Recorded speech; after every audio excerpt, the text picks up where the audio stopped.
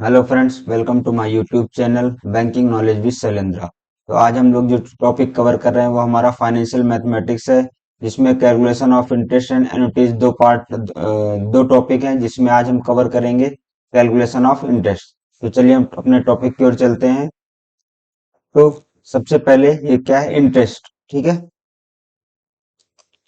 Interest आखिरकार होता क्या है? तो व्हेन मनी इज लेंट, ठीक है, जब मनी किसी को उधार देते हैं, द बोरोवर यूजुअली पे ए फी टू द लेंडर। तो क्या करता है, जो बोरोवर होता है, जिसने पैसा लिया है, वो एक फीस जो है, जो जिससे पैसा लिया उसको पे करता है। ठीक है, तो इसी फीस को क्या बोलते हैं, इंटरेस्ट बोलते हैं। अब इंटरेस्ट क्या होता है? Based on method of calculation of the amount of interest charge on the amount lent और borrowed, the interest can be simple interest और कंपाउंड इंटरेस्ट। जो हमारा इंटरेस्ट होता है, ठीक है, इंटरेस्ट क्या हो गई, ये फी हो गई, जो हम क्या बोलते हैं, अगर मनी किसी से हम पैसा उधार लेते हैं तो उसको पे करते हैं। ठीक है, अब ये इसको कैलकुलेशन जो होता है, ये दो तरह से होता है। एक होता है सिंपल इंटरेस्ट और दूसरा होता है कंपाउंड इंटरेस्ट। ठीक है, सिंपल इंटरेस्ट आते हैं, ये क्या होता है? Simple interest is the amount of interest calculation as a fixed percentage of the amount borrowed or lent at the start and is paid or receive at the end of the contracted period. Means, जैसे मान लिया मैंने 1,000 रुपए अभी किसी से लिया है। ठीक है, कितने साल के लिए लिया है? 2 साल के लिए लिया है, मान लिया। हम्म। तो वो कितने परसेंट इंटरेस्ट पे लिया है? मान लिया 10% पे। तो क्या होगा कि 2 साल बाद, अगर इंटरेस्ट जो हमारा कैलकुलेट, अगर हम 2 साल बाद जितना इंटरेस्ट होता है सारा एक साथ कैलकुलेट करके दे दे, मीन्स आज हमने 1,000 रुपए दिए, पूरे 2 साल तक कोई इंटरेस्ट नहीं लगा, जब लास्ट में आए जिस दिन हमें पे करना है, ठीक है, उस दिन हमने क्या किया, जिससे हमने पैसा लिया था उसको मैंने पे कर दिया। तो अगर सिंपल इंटरेस्ट बेस पे होगा तो इसमें क्या करना है हमें, एक second, principal multiply by rate जो हमारा है, मल्टीप्लाई बाई टाइम। जैसे प्रिंसिपल हमारा ऊपर वाले क्वेश्चन में कितना है, 1,000 रुपए है, multiply by rate of interest हमारा 10% है। ठीक है, मल्टीप्लाई बाई टाइम कितना है, 2 साल के लिए। तो कितना हो गया, ये जो ये होगा बाई 100 हो जाएगा। ठीक है, तो ये आ गया हमारा 200 रुपए। ठीक है, तो हम इसे क्या, 2 साल बाद वो 1,200 रुपीज पे कर देंगे। तो इसे हो गया simple interest. Means simple interest क्या होता है, वो हमेशा जब भी हम पैसा चुकाएंगे उसका, तब जो इंटरेस्ट कैलकुलेट करेंगे, जितना इंटरेस्ट आएगा हम उसे पे कर देंगे, वो हो गया हमारा सिंपल इंटरेस्ट। ठीक है,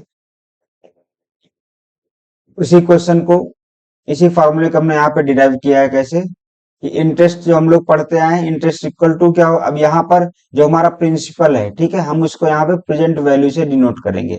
ये मैं इसलिए कर प्रेजेंट वैल्यू फ्यूचर वैल्यू लिख रहा हूँ, क्योंकि जब आप एन्युटी पढ़ेंगे अभी, ठीक है, तब सारा कॉन्सेप्ट इसी बेस पे रहेगा, फ्यूचर वैल्यू प्रेजेंट वैल्यू। तो जो पी हमारा है, इसको यहाँ पे क्या प्रेजेंट वैल्यू से डिनोट कर देंगे। आर जो हमारा rate of interest and number of years. तो हमारा इंटरेस्ट कितना हो गया, PV into R into N. ठीक है, एन जो है हमारा यहाँ टाइम है। अब ये तो हमारा इंटरेस्ट हो गया। अब अगर जैसे 2 साल बाद हम इसे कितना पे कर रहे हैं, तो क्या होगा, फ्यूचर, उसको लिखेंगे फ्यूचर वैल्यू। ठीक है, फ्यूचर वैल्यू क्या हो जाएगा, प्रेजेंट वैल्यू प्लस इंटरेस्ट, यही तो होता है। अब प्रेजेंट वैल्यू तो यही रहेगा, प्लस इंटरेस्ट क्या रहेगा हमारा, PV into R into N. यहां से हम पीवी कॉमन लेंगे, 1 प्लस आर एन। तो अगर हमारा सिंपल इंटरेस्ट बेस पे कैलकुलेट करेंगे तो फ्यूचर वैल्यू हमेशा क्या होगी, PV equal to 1 plus R N. यही हमारा हमने फॉर्मूला डिराइव किया है। ठीक है, तो इसमें कंफ्यूज होने की जरूरत नहीं है। सिंपल जो हमारा इंटरेस्ट इक्वल टू, हम जो बचपन से पढ़ते हैं, P into R into T, उसी को, इस पी को हमने प्रेजेंट वैल्यू से डिनोट किया है, क्योंकि आगे हम एन्युटी कवर करेंगे तो इसमें इसकी जरूरत पड़ेगी। आर हमारा सिंपल रेट ऑफ इंटरेस्ट है, जहां हम इंटरेस्ट में टी वो टाइम को टी से डिनोट करते थे, हम यहाँ उसको एन से डिनोट करेंगे। ठीक है, तो सिंपल इंटरेस्ट इजी है। इसके बाद हम आते हैं कंपाउंड इंटरेस्ट। एक इसके बाद एक क्वेश्चन है जिसे हम सॉल्व करते हैं। क्या लिखा हुआ है ये? ए स्टूडेंट परचेज, ठीक है, a student purchase a computer by obtaining loan on simple interest. देखो यहाँ पे लिखा है क्लियर, जो भी होगा क्वेश्चन में लिखा होगा कि वो सिंपल इंटरेस्ट पे है या कंपाउंड इंटरेस्ट पे। तो यहाँ पे क्या लिखा है? A loan on simple interest, the computer cost is ₹60,000। ठीक है, यानी देखा जाए प्रेजेंट वैल्यू कितनी हो गई इसकी? 60,000। And the interest rate on the loan is R equal to कितना है यहाँ पे? 12% है। If the loan is to be paid back after 2 years, and कितना है यहाँ पे? 2 years। ठीक है, तो यहाँ पे क्या लिखा था? Amount of total interest to be paid. तो इंटरेस्ट इक्वल टू क्या होता था? PV into R into N, यही तो होता है। 100 जो अब हर जगह आपने कई जगह देखा होगा PRT/100। ठीक है, ये तो जो एक हम कहीं भी आर को केवल आर से डिनोट करेंगे, और जब वैल्यू पुट करेंगे तो चूंकि देखो अब ये 12% होता है। ठीक है, 12% को हम क्या लिखते हैं? 12/100 ही तो लिखते हैं। तो इसलिए फॉर्मूले के इजी बनाने के लिए हम कहीं भी R/100 नहीं लिखेंगे, हर जगह लिखेंगे आर से डिनोट करेंगे उसको। ठीक है, तो प्रेजेंट वैल्यू हमारी कितनी हो गई इसकी? 60,000 मल्टीप्लाई बाई आर को क्या लिखेंगे? 12/100 इंटू एन को क्या लिखेंगे? 2 years। ठीक है, ये हो गया। 100 से 100 गए, आप इसको कैलकुलेटर से कर सकते हैं। 600 मल्टीप्लाई बाई 12 मल्टीप्लाई बाई 2, कितना आ गया हमारा इंटरेस्ट? इंटरेस्ट आ गया हमारा 14,400 रुपीज। ठीक है, अब टोटल अमाउंट कितनी पे करेंगे? ये तो इसका आंसर क्या हो जाएगा? 14,400। ठीक है, अगर कहीं कैलकुलेशन में गड़बड़ी तो वो आप लोग देख लीजिएगा। ठीक है, the total amount to be paid back after 2 years। अब टोटल अमाउंट कितनी पे करेंगे? तो वो फ्यूचर वैल्यू क्या हो जाएगी वहां पे? पीवी। ठीक है, 60,000 प्लस 14,400, ये आ जाएगा हमारा 74,400। ठीक है, तो इसका आंसर क्या हो जाएगा हमारा? 74,400। अब अगला क्वेश्चन है। ये सारे एग्जांपल जो है मैंने बुक से लिए हैं। ठीक है, अगर किसी के पास कोई क्वेश्चन हो तो हमें कमेंट सेक्शन में कमेंट कर सकता है, हम उसको उसका सॉल्यूशन अपने नेक्स्ट वीडियो में प्रोवाइड कर देंगे। ठीक है, तो ये क्या है? Jahangir opens A short term deposit account for 180 days. कितने दिन के लिए ओपन करता है? 180 डेज के लिए ओपन करता है। ठीक है, with the interest rate of 5.3% in a bank। ठीक है, if he deposit ₹50,000 with the bank on 1st Jan 2022, how much money will have after 180 days? ठीक है, हाउ मच मनी निकालना है 180 डेज और कितना मनी हो जाएगा? तो इसमें सीधे हमें फ्यूचर वैल्यू निकालना है, पीवी। अब देखो ये क्या है? सिंपल इंटरेस्ट बेसिस पे है। ठीक है, 1 + RN। ठीक है, यही तो था। प्रेजेंट वैल्यू कितनी है हमारी इसकी? देखा जाए 50,000, 1 + देखो यहाँ पे कितना है? 5.3 डिवाइडेड बाई 100। अब एन देखो यहाँ पे कितना है? कितने दिन के लिए इन्वेस्ट करा? 180 डेज के लिए। ठीक है, तो 180 डिवाइड बाई क्या ईयर्स में कन्वर्ट करेंगे? 365। ठीक है, यही हो रहेगा। अब इसको सॉल्व कर लेते हैं हम लोग। तो इसको अभी 50,000 लिखिए, 1 + इसको सॉल्व करते हैं, कितना आएगा ये? 180 डिवाइड बाई 365। ठीक है, multiply by 5.3 divide by 100। Plus 1। ठीक है, तो ये हमारा आ जाएगा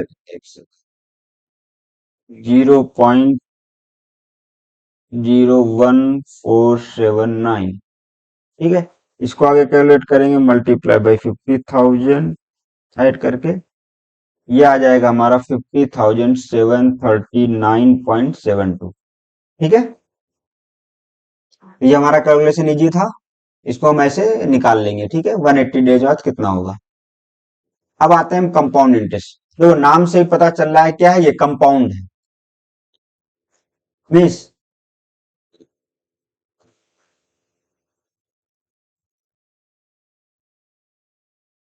ये क्या है, कंपाउंड इंटरेस्ट जो है, ठीक है, ये कंपाउंड होता रहता है। जैसे सिंपल इंटरेस्ट में क्या था, हम लोग जो सिंपल इंटरेस्ट पढ़ रहे थे उसमें क्या था कि इंटरेस्ट जो था वो एक बार लगता था। ठीक है, मान लिया अगर हमने 2 साल के लिए लिया कोई लोन, तो 2 साल के लास्ट में लगेगा, 3 साल के लिए लिया 3 साल में लगेगा। बट कंपाउंड में क्या होगा कि इंटरेस्ट जो है, ठीक है, मान लिया 3 साल के लिए लोन लिया, बट इंटरेस्ट क्या है, ईयरली लग रहा है मान लिया, तो हर साल के लास्ट में लगेगा। ठीक है, मान लिया 3 साल है, 1 2 3, तो यहाँ पर इंटरेस्ट लगेगा। तो अब जैसे मान लिया, देखिए प्रिंसिपल हमारा पी है, ठीक है, अब फर्स्ट ईयर में मान लिया इंटरेस्ट हमारा कितना होता है, R1 होता है, तो ये कितना हो जाएगा total, PR1 P plus R1 हो जाएगा। ठीक है, अब कंपोनेंट में क्या होगा कि जब नेक्स्ट ईयर ये लगेगा इंटरेस्ट, ठीक है, तो P प्लस R1 पे लगेगा, मतलब कि प्रिंसिपल और इंटरेस्ट दोनों पर लगेगा। तो under the concept of compounding, the interest is payable periodically on the principal and accumulated part of the interest। ठीक है, मीन्स जो हमारा एक साल के अंत में रहा, अगर हमारा कंपाउंडिंग जो एनुअली हो रहा है, तो आज मान लिया 100 रुपए है, ठीक है, 10% बेसिस पे। इसको एक एग्जांपल से समझेंगे तो ज्यादा क्लियर होगा सभी को।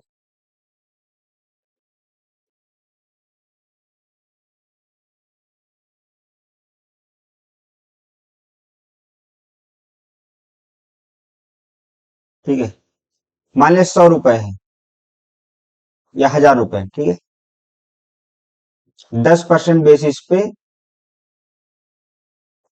हमने क्या 5 साल के लिए मान लिया इन्वेस्ट किया, कितने साल के लिए, 5 ईयर्स के लिए। अब देखो, जब सिंपल इंटरेस्ट था तो लास्ट में सीधे एक सिंपल और compound, first year, second year, third year, fourth year, fifth year.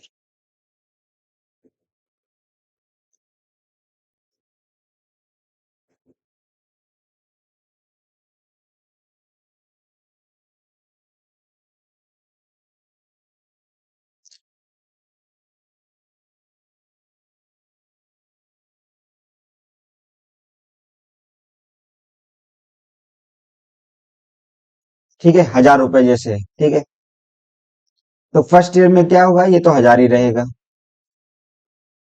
Compound में आते हैं पहले। ठीक है, अब यहाँ पर क्या होगा, 1000, 1000 प्लस कितना ऐड हो जाएगा, 10% इंटरेस्ट। 10% इंटरेस्ट कितना होता है, 100 होता है, मतलब यहाँ पे कितना हो जाएगा, 1100 हो जाएगा।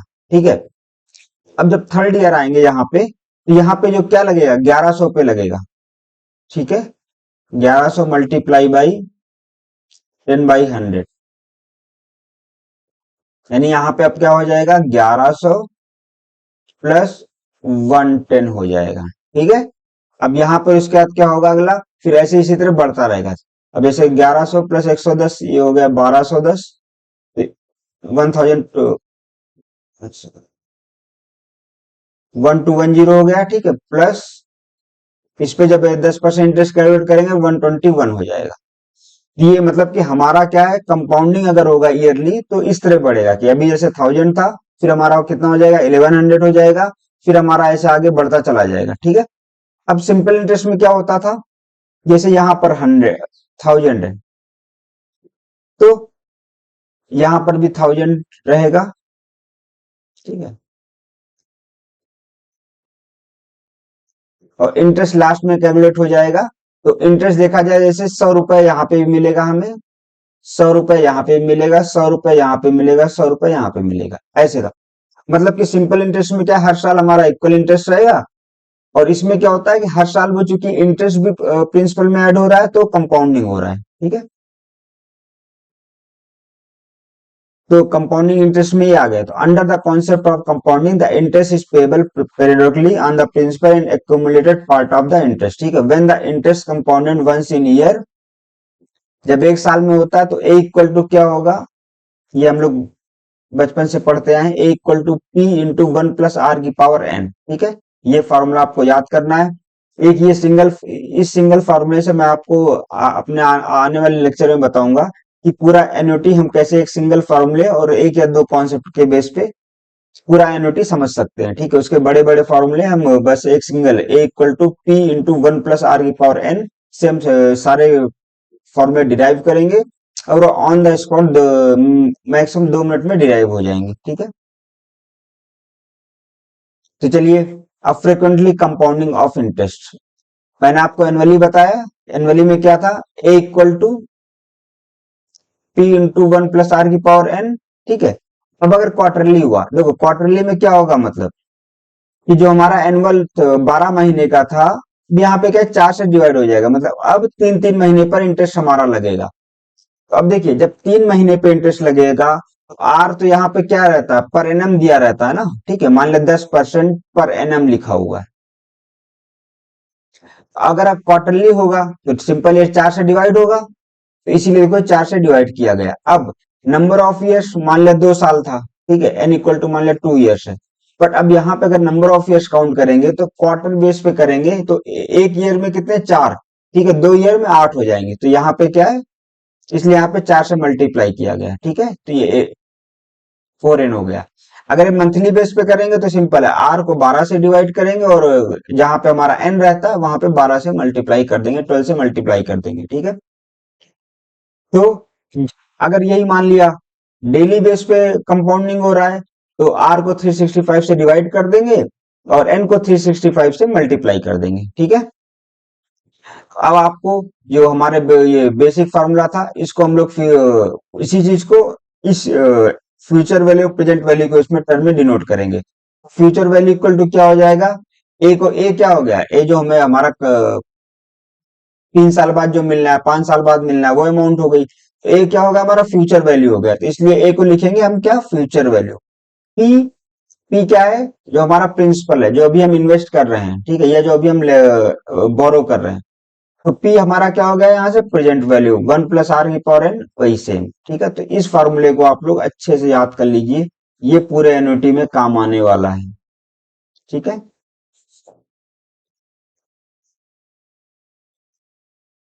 अब एक रूल ऑफ 72 है, ठीक है। रूल ऑफ 72 क्या बोलता है, the rule of 72 provides an approximately answer to the question how quickly will this amount double, ठीक है। मतलब से रूल 72 में कि कोई अमाउंट, जैसे हमने मान लिया 10,000 इन्वेस्ट किया है, ठीक है, 10% बेसिस पे,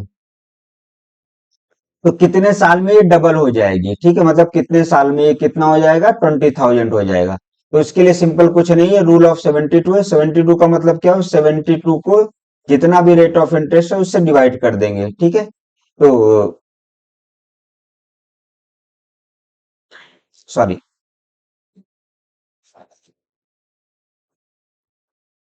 हम्म, तो कितना, 72 को क्या करेंगे, रेट ऑफ इंटरेस्ट से डिवाइड करेंगे, जो भी आएगा। देखो यहाँ पे क्या आएगा, 7.2 ईयर, मतलब कि 7.2 ईयर्स में हमारा जो है अमाउंट 10,000 क्या है, डबल हो जाएगा, 20,000 हो जाएगा, ठीक है। तो इसमें कुछ नहीं करना, रूल ऑफ 72 क्या है, कितने समय में हमारा अमाउंट जो है डबल हो जाएगा। तो ये एन इक्वल टू क्या हो जाएगा, कितने समय में, 72 डिवाइड बाई आर। यहां से जो एन निकल के आएगा, इसमें क्या है, अमाउंट हमारी डबल हो जाएगी, ठीक है, 2 टाइम्स ऑफ पी हो जाएगा। तो एक क्वेश्चन, जैसे you borrowed ₹1000 at interest of 6%, ठीक है, then in how many it will become 2000, इस तरह से क्वेश्चन आएंगे। तो 1000 है, किसमें कन्वर्ट हो रहा है, 2000 में, मतलब ये डबल हो रहा है। डबल होने के लिए हमें क्या, रूल ऑफ 72 ध्यान रखना है, 72 डिवाइड बाई 6, तो कितना होगा, 12 ईयर्स आ गया, ठीक है।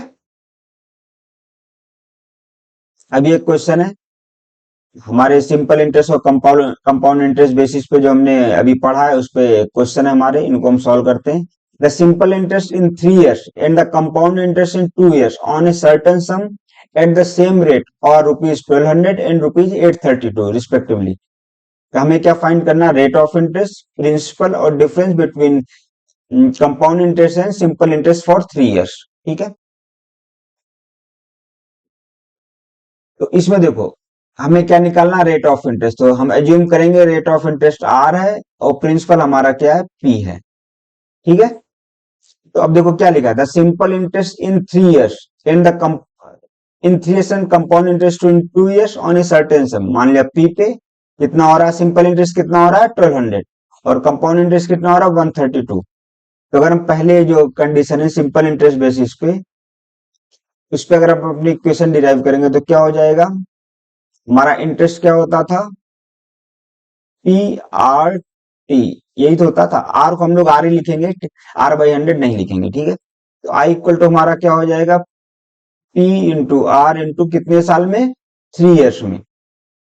3 years में कितना इंटरेस्ट हो रहा है, 1200 हो रहा है। ठीक है, तो यहां से इसको हम निकालेंगे तो पी इंटू आर कितना हो जाएगा हमारा 400। तो हमारी एक इक्वेशन मिल गई। अब देखिए जो एग्जाम में आएगा उसमें क्या ऑब्जेक्टिव क्वेश्चन रहेंगे। ठीक है, तो आप उससे ऑप्शन से टैली करके दे सकते हैं कि दो, अगर प्रिंसिपल और रेट ऑफ इंटरेस्ट का मल्टीप्लाई 400 आ रहा है तो हम वहां से ऑप्शन टिक कर सकते हैं। ठीक है, क्योंकि हम यहाँ पे थ्योरेटिकल बेसिस पे सॉल्व कर रहे हैं तो हम इसको आगे सेकंड उसमें क्या देखेंगे, कंपाउंड इंटरेस्ट बेसिस पे। कंपाउंड इंटरेस्ट बेसिस पे क्या होता है, इंटरेस्ट जो हमारा, ठीक है, ये होता है ए माइनस क्या था, पी इंटू 1 + r⁴ यही तो रहता था। ठीक है,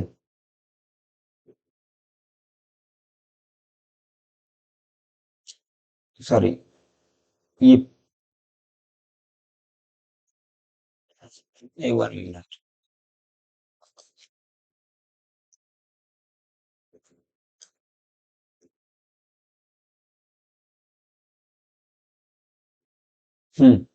तो जो हमारा क्या कंपाउंड इंटरेस्ट का रहता था फॉर्मूला, क्या रहता था इसमें, इसमें क्या निकालना है हमें, इंटरेस्ट। इसमें जो फॉर्मूला रहता था A equal to P into 1 + r⁴n।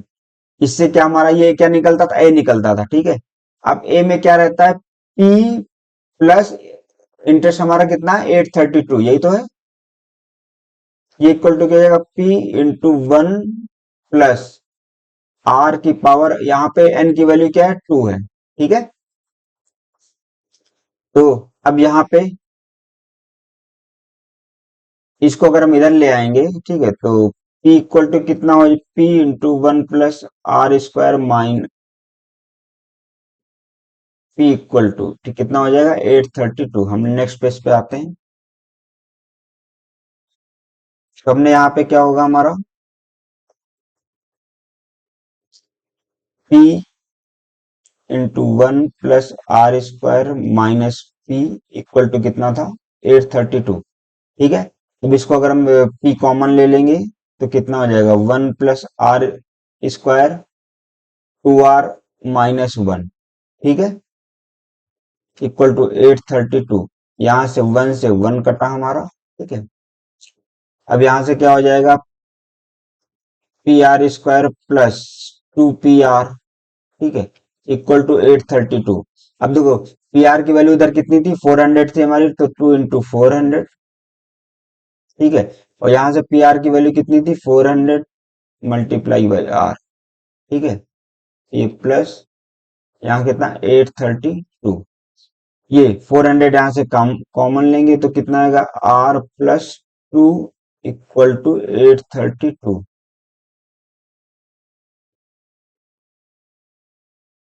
Sorry, ये नहीं करेंगे, एक सेकंड।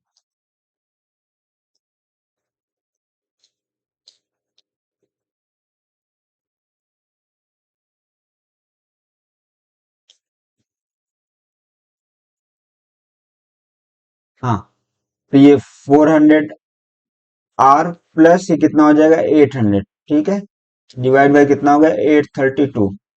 तो 400 आर इक्वल टू कितना हो जाएगा 32।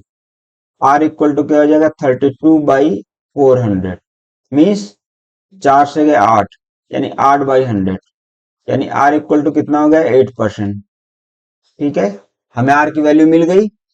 अब पी आर इक्वल टू कितना था 400 था, तो पी इंटू ये क्या आर की वैल्यू कितनी 8 डिवाइड बाई आर की value 8/100 divide by equal to 400। ठीक है, तो यहां से पी कितना हो जाएगा 8×5 = 400, 8×5 = 40, ये 50, ये हमारा पी हो जाएगा 50,000।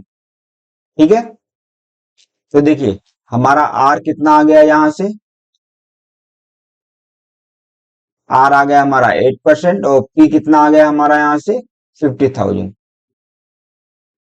अब इसमें क्या है the difference between C I and S I for 3 years। अगर हमें सी आई और एस आई 3 साल के लिए निकालना है, देखो सिंपल इंटरेस्ट 3 साल के लिए कितना है 1200 है। ठीक है, हम एस आई निकाल लेंगे।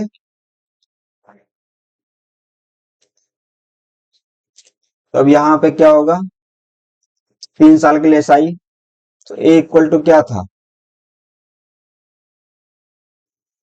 P into 1 + r⁴n। The difference between C I and S I. ठीक है, सी आई कंपाउंड इंटरेस्ट और एस आई क्या था सिंपल इंटरेस्ट। अब देखो 3 साल का सिंपल इंटरेस्ट तो दिया है हमारा, कितना दिया है 1200। ठीक है, हमें क्या निकालना है कंपाउंड इंटरेस्ट निकालना है 3 साल का। तो यहाँ पे फिर ए को क्या लिखते हैं हम लोग पी प्लस ये इंटरेस्ट। ठीक है, equal to P into 1 + r⁴n। यहां से इंटरेस्ट इक्वल टू क्या हो जाएगा पी कॉमन लेंगे 1 + r⁴n -1। ठीक है, अब यहाँ पे वैल्यू रख देंगे, ये हमारा 50,000 है। 1 + r मतलब 1 और कितना था 10% शायद था ना, सॉरी 8% आया ना आर की वैल्यू हमारी। तो 1 कितना 1.08। ठीक है, कि पावर कितना हो जाएगा 3 - 1। अब 1.0 कैलकुलेटर में कैलकुलेट करेंगे तो इसमें कुछ नहीं करना। देखो जब हमें कैलकुलेटर में कैलकुलेट करना रहेगा, अगर देखो 2 का है तो हम इजिली कर सकते हैं, क्यूब भी कर सकते हैं, उसके आगे थोड़ा टफ रहता है। कुछ नहीं, जैसे हमें 1.08 ठीक ठीक है कि पावर कितना निकालना है 3, तो हम सिंपल है हम कैलकुलेटर में क्या करेंगे 1.08 टाइप करेंगे। ठीक है, एक मल्टीप्लाई करेंगे। अब जितने टाइम्स निकालना है 3 टाइम्स निकालना है, तो उसका 2 बार मल्टीप्लाई कर देंगे इक्वल का बटन। ठीक है, 2 3, तो हमारा ये आ गया 50,000 1.2597 -1। ठीक है, तो यहां से हम करेंगे -1 इसमें कर देंगे मल्टीप्लाई बाई 50,000। ठीक है, हमारा आ गया कितना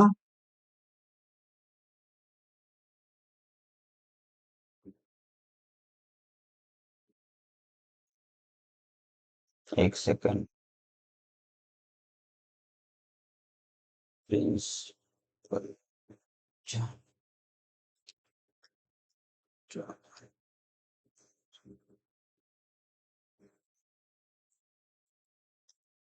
सॉरी, यहाँ पे जो हमारा पी आया था वो 50,000 नहीं आएगा, वो कितना था 5,000 था। ठीक है, कैलकुलेशन चेक कर लिए, कैलकुलेशन में थोड़ा ऊपर नीचे हो सकता है। तो यहाँ पे हमारा क्या था पी हमारा था 5,000। ठीक है, तो अब देखिए 1.08 की पावर 3 हमने क्या किया 1.08 टाइप किया हमने, मल्टीप्लाई जितने बार है पावर उसका एक लेस करके इक्वल दबा देंगे। 3 बार है तो 2 बार दबाएंगे। कितना आ गया 1.2597 आ गया। ठीक है, -1.2597। ठीक है, और ये हमारा कितना होगा ये 5,000 ही हमारा होगा ये। तो 5,000 इसमें -1 करेंगे मल्टीप्लाई बाई 5,000। ठीक है, तो ये हमारा कितना आ गया इंटरेस्ट 1298.56। ये हमारा किस बेसिस पे आया कंपाउंड इंटरेस्ट बेसिस पे आया। और सिंपल इंटरेस्ट कितना था हमारा 3 साल का 1200 था, तो डिफरेंस कितना हो जाएगा 98.56। मीन्स आप ये चीज देखिए कि अगर हम, ठीक है, सेम अमाउंट 5,000 के अमाउंट 3 साल के लिए अगर हम डिपॉजिट करते हैं, अगर हम सिंपल इंटरेस्ट पे देखेंगे तो हमें 1200 रुपीज मिल रहे हैं केवल, और कंपाउंड इंटरेस्ट बेसिस पे 1298 पॉइंट समथिंग मिल रहा है, ठीक है। मीन्स हमें 98 रुपीज का प्रॉफिट होगा केवल क्या, सिंपल इंटरेस्ट से कंपाउंड इंटरेस्ट में किसी चीज को इन्वेस्ट करने से, ठीक है। अब एक ये the population of an industry. अगला question, the population of an industrial town is increasing by 5% every year. कितना हर साल इंक्रीज हो रहा है? 5%, ठीक है। If present population is 1 million, the population after 5 years, ठीक है। तो प्रेजेंट वैल्यू मतलब कितनी है? 1 मिलियन है। तो अगर मिलियन बिलियन में आप कंफ्यूज हो रहे हैं तो आप इसको सिंपल याद रखिए, ठीक है। देखो, ये जो मिलियन होता है, ठीक है, बिलियन या ट्रिलियन, ठीक है, और ऊपर 1000। देखो, ये सब ब्रिटिश है, ठीक है, ब्रिटिश पद्धति से इसको पढ़ते हैं। तो इसमें क्या करते हैं हम लोग, सब ये 10 की पावर 3, ये क्या है, 3 के उसमें घूमता है। ये 10 की पावर 3 हो गया, ये कितना हो गया, 10 की पावर 6, 10 की पावर 9, 10 की पावर 12, ठीक है। तो 3 के फिगर में बढ़ता रहेगा। तो प्रेजेंट वैल्यू कितनी है? 1 मिलियन। तो हम लोग क्या लिखेंगे, 1,0,0,0,0,0,0 कितनी हो गई? 10 लैक्स, ठीक है। 1 मिलियन 10 लाख हो गया प्रेजेंट वैल्यू। और हमारा रेट कितने से इंक्रीज हो रहा है? आर इंक्रीज हो रहा है 5% से। तो क्या पूछ रहे हैं? द पॉपुलेशन आफ्टर 5 ईयर्स, ठीक है। The population of industrial town is increasing by 5% every year. अब देखो यहाँ पर हम क्या लगाएंगे, कंपाउंड लगाएंगे या वो लगाएंगे सिंपल? आप सोचो। आज है, ठीक है, 1000 पॉपुलेशन है, तो ये तो हर साल कंपाउंडिंग ही बढ़ेगा, क्योंकि जितनी पॉपुलेशन है उस पे फिर पॉपुलेशन आगे बढ़ेगी, तो ठीक है। तो यहाँ पे हम लोग क्या करेंगे, F V equal to present value into 1 plus R की पावर n। यहाँ पे हमारा कितना है, 10 की पावर 6, 1 प्लस 0.05 की पावर कितना है, 5 साल बाद ना। अब देखो, 1.05 की पावर 5 निकालना हो, कैसे निकालेंगे? हम लोग कैलकुलेटर में 1.05 लिखेंगे, एक बार मल्टीप्लाई। अब 5 टाइम निकालना है तो इक्वल बटन में लोग 4 टाइम्स दबाएंगे, 1 2 3 4, ठीक है। तो कितना आ गया ये, 1.26 आ गया, ठीक है। मतलब 10 की पावर 6 मल्टीप्लाई बाई कितना, 1.27628, ठीक है। इसको 10 पावर 6 से मल्टीप्लाई करेंगे, मतलब हमारा कितनी पॉपुलेशन हो जाएगी, 12,76,281 हो जाएगी, ठीक है। पॉपुलेशन 3 ईयर्स एगो पूछा जाएगा, अगर देखो 3 साल पहले पूछा जाएगा, ठीक है। तो हमें यहाँ पे क्या करना है, क्या, क्या पूछा गया, पॉपुलेशन 3 ईयर्स एगो।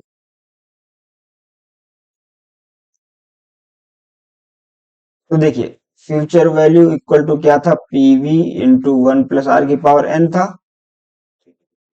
अब यहाँ पे 3 साल पहले पूछा गया है, ठीक है। तो अब यहाँ पे द पॉपुलेशन 3 ईयर्स, अब आज की वैल्यू दी गई है, तो यहाँ पे फ्यूचर वैल्यू जो हमारा हो जाएगा ये 10 की पावर 6 हो जाएगा, और प्रेजेंट वैल्यू हमें निकालना होगा, ठीक है, इंटू 1 प्लस 0.05 की पावर 3। आप इसको ऐसे कर लेंगे तो पीवी इक्वल टू हमारा जो आएगा ये हो जाएगा। 3 साल पहले पूछा गया है, तो मतलब कि देखो आज की पॉपुलेशन दी है, 3 साल पहले पूछा गया है, ठीक है। तो प्रेजेंट वैल्यू इस टाइम की वो रही होगी, 3 साल बाद की पॉपुलेशन दी गई है फ्यूचर वैल्यू, तो यहां से हम लोग प्रेजेंट वैल्यू निकाल लेंगे इस तरह, ठीक है। इसको आप लोग खुद सॉल्व करिएगा। अगला एक क्वेश्चन है, Avichal publisher by a machine of rupees 20,000, कितने के लिए, 20,000 से। द रेट ऑफ डिप्रिसिएशन, यहाँ रेट ऑफ डिप्रिसिएशन दिया है 10%। Find the depreciated value of the machine after 3 years and also find the amount of depreciation. What is the average rate of depreciation, ठीक है। अब यहाँ पर देखिए क्या हो रहा है, यहाँ पे बढ़ नहीं रहा है, यहाँ पे 10% से घट रहा है। तो सिंपल है, कुछ नहीं, जो हमारा एफ वी था, ठीक है, वो हमारा क्या हो जाएगा, पीवी इंटू 1 माइनस हो जाएगा आर की पावर n। घट रहा है तो 1 माइनस हो जाएगा, ठीक है। तो यहाँ पे हमारा अविचल प्रोड्यूसर बाय ए मशीन कितने के 20,000 बेसिस पे 1 - 0.10 की पावर कितना 3 20,000 इंटू 0.9 की पावर 3 हम लोग इसको निकाल लेंगे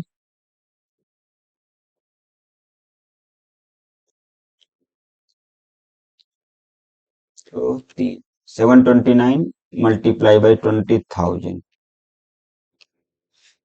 तो कितना वैल्यू हो जाएगा 14,580 हो जाएगा ठीक है after 3 years F equal to 3 years 3 साल बाद कितनी वैल्यू हो जाएगी जो हमारा 20,000 का सामान था ठीक है वो हमारा कितने का हो जाएगा 14,580 का हो जाएगा तो फाइंड द डिप्रिसिएट वैल्यू हमने निकाली 3 साल बाद find the amount of depreciation अब अमाउंट ऑफ डिप्रिसिएशन कितना हो जाएगा देखिए आज है कितना 20,000 है और 3 साल बाद कितनी वैल्यू हो जाएगी 14,580 तो हमारा डिप्रिसिएटेड अमाउंट कितना हो जाएगा 20,000 माइनस 14,580 कर देंगे ठीक है माइनस 14,580 तो हमारा डिप्रिसिएट अमाउंट कितना हो जाएगा अमाउंट ऑफ डिप्रिसिएशन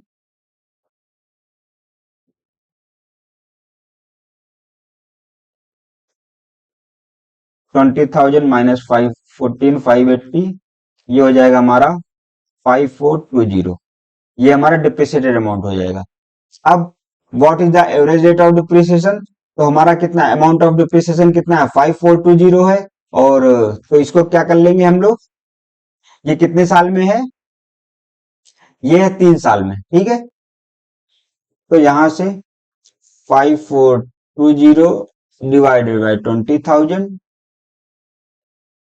ठीक है और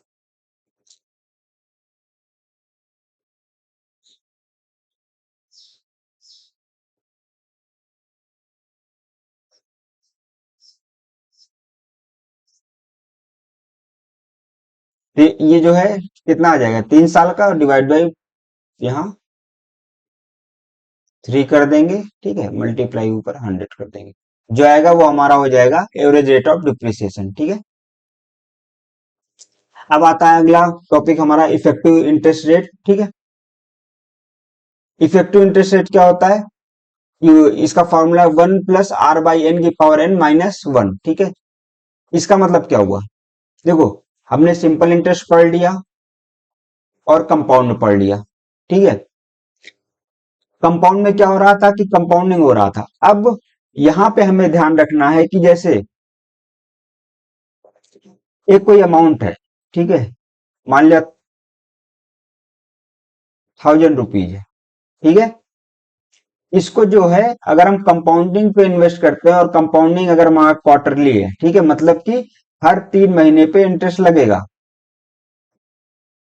इफेक्टिव इंटरेस्ट रेट क्या हो जाएगा इफेक्टिव इंटरेस्ट रेट मीन्स की हम अगर ये जैसे 3 महीने पे इंटरेस्ट लगा रहे हैं ठीक है तो साल में कुछ अलग इंटरेस्ट आएगा कंपाउंड इंटरेस्ट अब कहने का मतलब कि अगर ये हमारा कंपाउंडिंग जो हम क्वार्टरली कर रहे थे अगर उसी की कंपाउंडिंग क्वार्टरली की बजाय हम एनुअल सिंपल इंटरेस्ट बेस पे कैलकुलेट करते तब हमारा इंटरेस्ट रेट क्या होता कि दोनों की अमाउंट इक्वल आती उसी को बोलते हैं इफेक्टिव इंटरेस्ट रेट ठीक है इसको आगे पढ़ेंगे ऐसे the effective interest rate describe the full cost of borrowing it takes into account the effect of compounding interest which is left out और नॉमिनल स्टेटेड इंटरेस्ट रेट जैसे मिस्टर ए ने deposit किया 10,000 रुपीज 6% पर ठीक है per annum compounded quarterly what is the effective interest rate after 1 year how much he received अब देखो जैसे इफेक्टिव इंटरेस्ट रेट का अगर फॉर्मूला जो है अगर इससे हम कैलकुलेट करते हैं तो आर इक्वल टू क्या हो जाएगा 1 + ठीक है 6 अब बाई एन में क्या करना है क्योंकि हमारा क्वार्टरली हो रहा है तो 6/4 ठीक है ये पावर इधर कहां हो जाएगा 1 साल बाद तो यहाँ पे 4 हो जाएगा -1 ठीक है ये हो जाएगा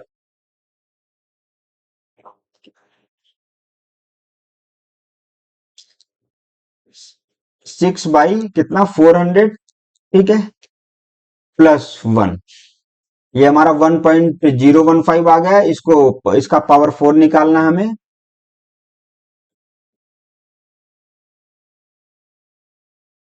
तो मल्टीप्लाई एक बार, फिर कितना, 4 बार और 3 बार इक्वल का बटन दबाएंगे, 1 2 3। ठीक है, कितना आया हमारा, हमारा 1.06136। ठीक है, -1 करेंगे, 0.6136, मल्टीप्लाई बाय 100 कर देंगे, यहाँ एक जीरो रहेगा, तो कितना आ गया, 6.136% आ गया। तो इफेक्टिव रेट ऑफ इंटरेस्ट हमारा कितना आ गया, 6.136। ठीक है, मीन्स यहाँ पे जो हम कंपाउंडेड कर रहे थे, ठीक है, अब यहाँ पर इफेक्टिव रेट ऑफ इंटरेस्ट हमारा 6.136 आ गया। मीन्स अगर हम सिंपल इंटरेस्ट पे अगर जो हम कैलकुलेट करेंगे 10,000 6.136 से, तो वो इक्वल होगा जो हम कंपाउंड कर रहे थे 6% से।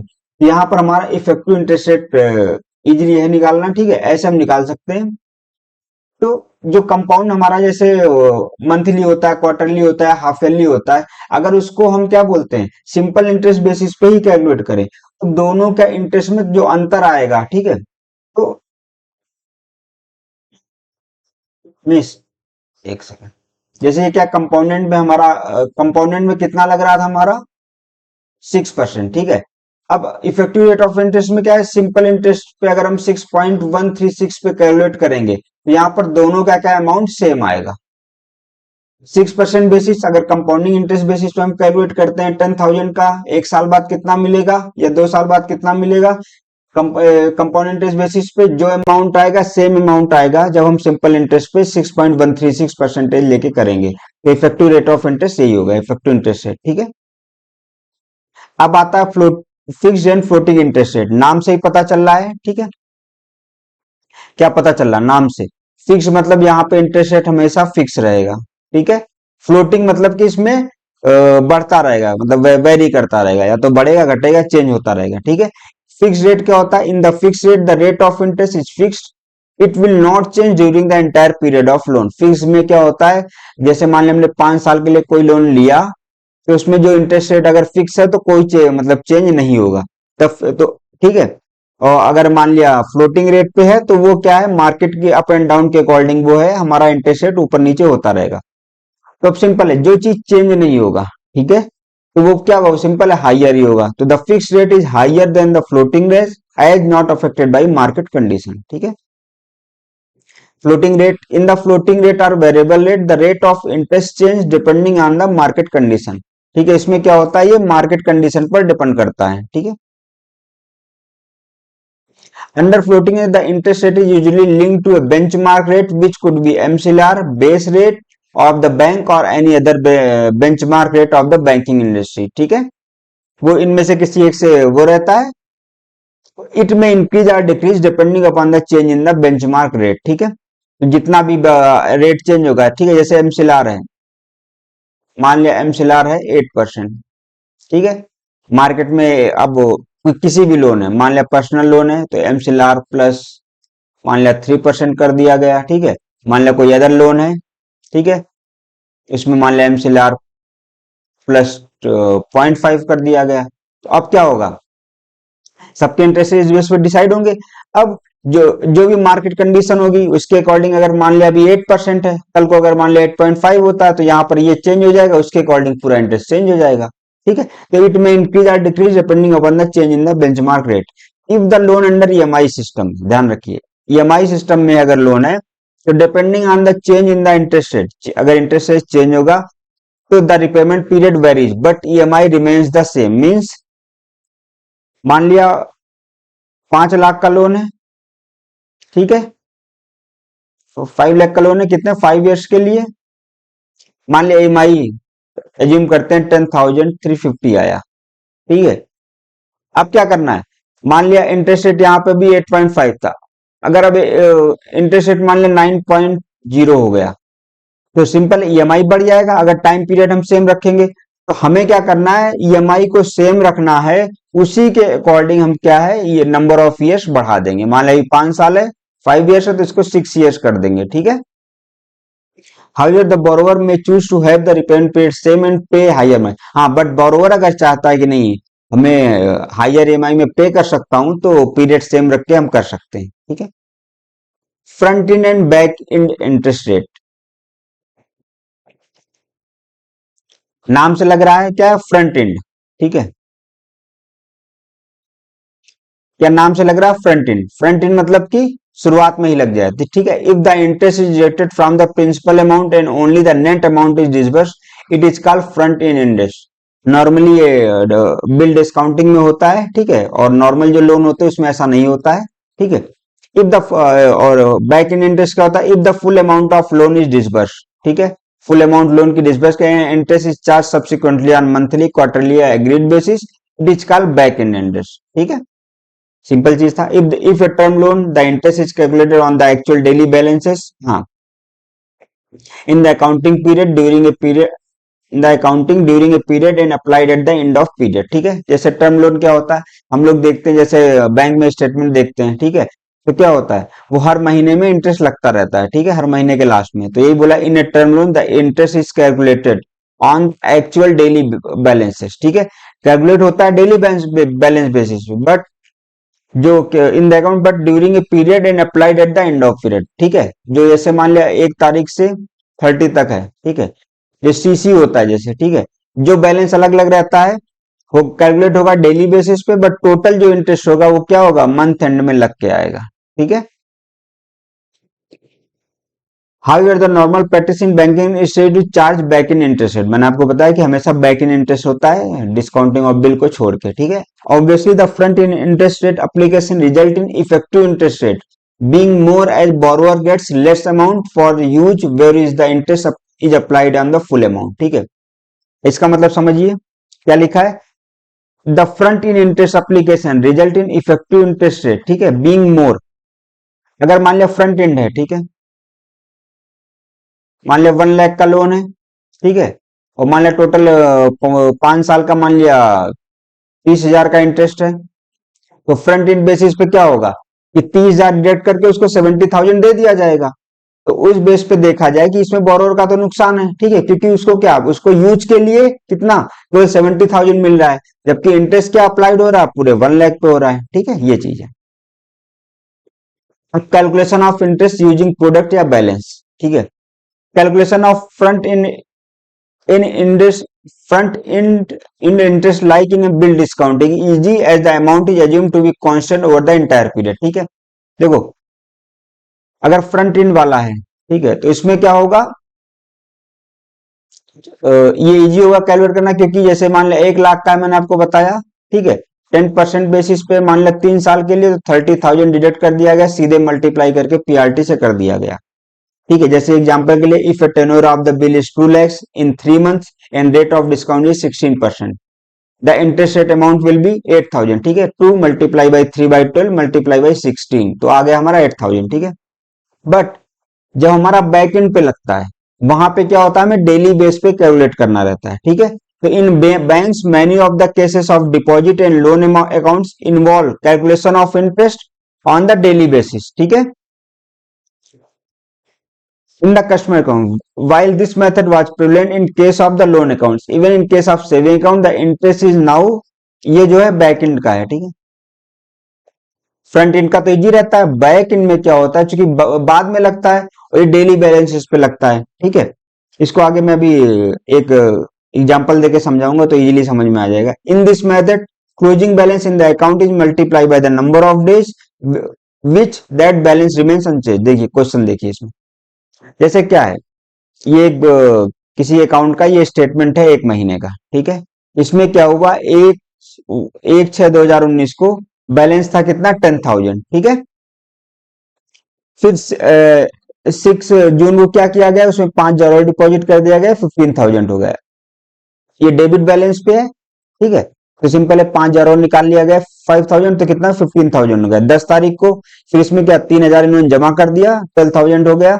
फिर ऐसे करके ये अलग अलग दिन है। तो अब हमें क्या निकालना है, इंटरेस्ट रेट निकालना है। तो सबसे पहले हमें क्या देखना है, ये हमारा क्या 1 तारीख को है,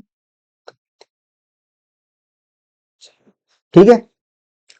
अब देखो 1 तारीख को था बैलेंस 10,000 और 6 तारीख को कितना हो गया 15,000, मतलब ये जो हमारा 10,000 बैलेंस है कितने दिन के लिए था, 5 डेज के लिए था, ठीक है।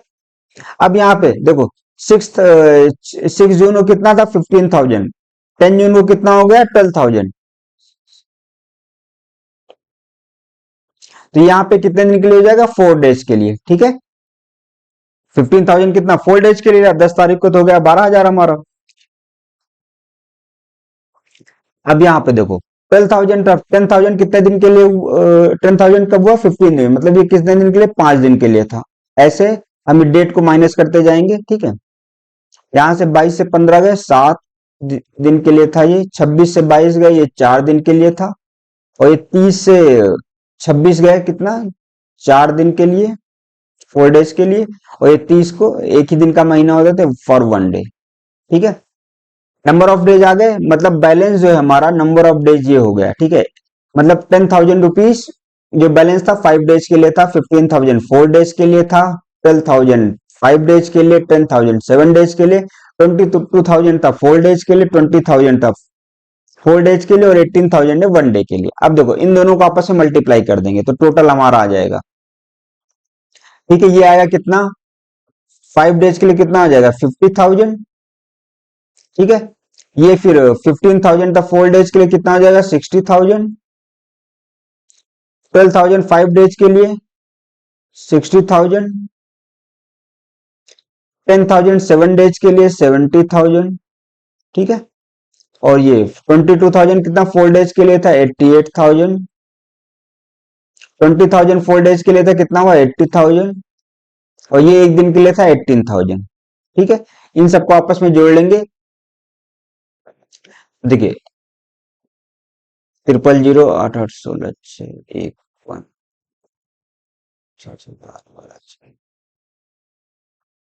725।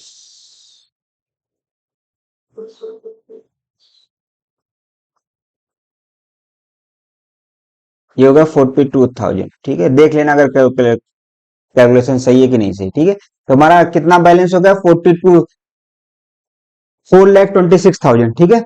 नंबर ऑफ डेज काउंट करेंगे, 5 9 15 7 14 14 21 4 25 25 4 30 30 डेज, ठीक है।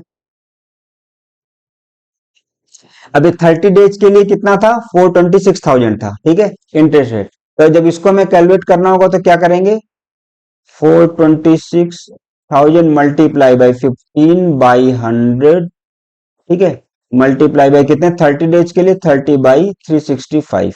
जो भी आएगा वो हमारा हो जाएगा, इंटरेस्ट रेट हो जाएगा, ठीक है, मंथ के एंड में।